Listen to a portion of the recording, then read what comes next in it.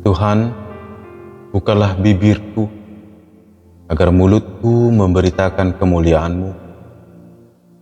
Ya Allah, ingatlah aku sesuai dengan anugerah-Mu. Tuhan, dengarkanlah aku sesuai dengan pertolongan-Mu yang penuh dengan kesetiaan.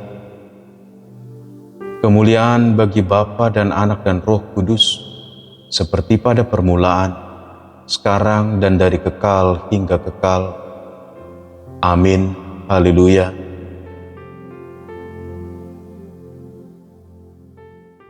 Firman Tuhan hari ini, Efesus 1 ayat 4.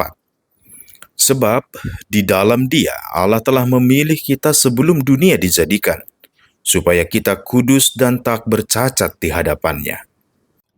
Dalam suatu permainan yang membutuhkan kesungguhan, ketika naik level atau pertandingan babak berikutnya, pasti akan lebih sulit dari pertandingan sebelumnya. Mengapa?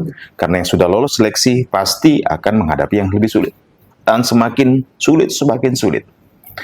Tapi kalau mental seorang yang bukan mental pejuang dan bukan jiwa pemenang, tentu dia akan, makin sulit, udah mundur aja. Meninggalkan permainan itu. Itu kenyataan dalam hidup, bukan? Baik game online, game apapun itu, permainan apapun, kita tahu bahwa di tahap awal, tahap berikutnya ada, level berikutnya ada. Dan demikian juga dalam pendidikan. Ketika kita masih kecil, mungkin masih hal-hal sederhana dipelajari dan diuji. Dan ketika memang layak, sudah tahan uji, sudah layak, dia akan naik level berikutnya. Itu dia kenyataan.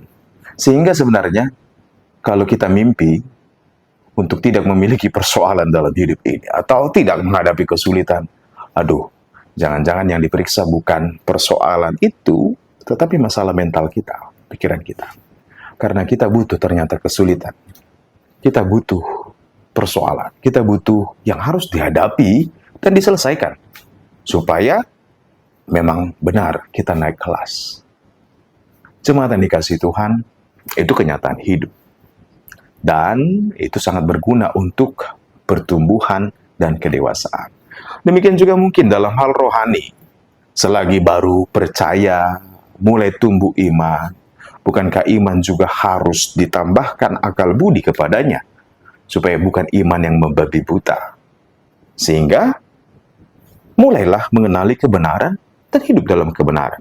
Karena iman tanpa kebenaran itu sama saja dengan yang namanya perasaan saja. Dan akhirnya iman hanya berdasarkan kepada perasaan, itu kacau pasti. Oleh karena itu jemaat yang dikasihi Tuhan, demikianlah dalam minggu-minggu Advent ini. Kita perlu sadari bahwa kita adalah orang yang dipilih oleh Tuhan. Bukan karena kita layak dipilih.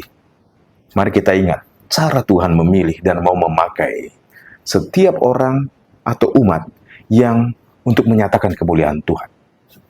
Israel bukan bangsa yang hebat, tetapi bangsa budak yang diperbudak ratusan tahun di Mesir. Demikian juga Tuhan memilih Daud dari abang-abang yang hebat, tapi kenapa pilih Daud yang masih remaja? Jemaat yang dikasihi Tuhan, mari kita ingat juga, bukankah keluarga Yesus memilih Nazaret, tempat bertumbuh kembang Tuhan Yesus sepulang dari Mesir, ketika harus menyingkir dari Bethlehem. Kenapa?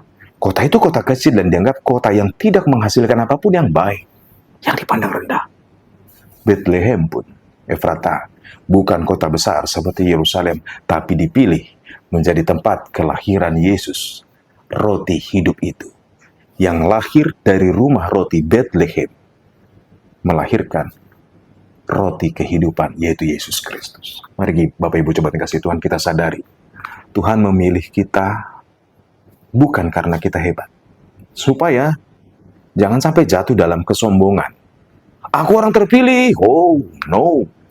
Bukankah itu makanya Israel ditinggalkan dan berkali-kali dihajar oleh Tuhan, terbuang ke Babel. Akhirnya Yesus Kristus adalah pokok anggur, bukan lagi Israel. Oleh karena itu jemaat yang dikasihi Tuhan, firman Tuhan mengingatkan kita hal yang penting ini. Allah memilih kita bukan karena keberadaan kita yang lebih indah dari yang lain, tetapi karena Tuhan mau kita menyaksikan dan mengalami karya Tuhan yang besar. Dan dari situ kita mau memberitakan kebesaran Tuhan. Dan inilah yang hebatnya. Tuh Rasul Paulus ketika melayani di Efesus, awalnya luar biasa. Mereka banyak hal yang ajaib terjadi. Tapi ada pengumpat-pengumpat, kalau dalam bahasa Indonesia disebut pengumpat, atau yang mengejek selalu. Karena memang kota itu adalah pusat pemujaan Dewi Artemis sebagai pelindung kota. Bahkan kepada perempuan dan anak-anak disebut sebagai Dewi Pujaan. Dan itu pusat pemujaan orang-orang Romawi yang dengan kebudayaan Yunani. Gereja mulai bertumbuh, tetapi dibuatlah oleh Demetrius kekacauan. Kita bisa baca dalam Kisah Rasul 18. Bayangkan Bapak Ibu. Di tengah kekacauan itu, Paulus akhirnya mengungsi dari situ supaya bisa memberitakan Injil. Tapi jemaat, ketika Paulus di penjara di Roma, mendengar dari Timotius, jemaat tetap bertumbuh. Lihatlah, di tengah kesulitan, di tengah penderitaan, di tengah hinaan, di tengah luka-luka, ternyata tetap bertumbuh di dalam Tuhan. Karena apa? Karena memang Tuhan yang memilih, Tuhan yang memampukan untuk menyatakan kemuliaan-Nya. Demikian juga kita dalam masa penantian ini, saudara-saudara yang dikasihi Tuhan. Tetap teguh dalam Tuhan. Walaupun mungkin kita melihat lingkungan kita yang bertumbuh, nggak mendukung kita. Atau sepertinya semua orang atau selingkungan ini menyakiti kita. Kok begini banget hidup ini? Ingatlah, Tuhan pilih engkau, Tuhan pilih kita sebagai orang-orang pilihan Tuhan yang akan menyaksikan, sedang melakukan, dan sedang menyaksikan perbuatan Tuhan. Jangan putus harap, jangan putus asa. Tetap teguh dalam Kristus, mari tetap berkarya. Dan justru dalam penantian ini, mari tetap bersiap sedia untuk kedatangan Kristus. Berbenah diri atau bahasa Yunaninya metanoia, supaya kita tetap bertobat, mengarahkan pandang kepada Kristus, kepada Tuhan kita.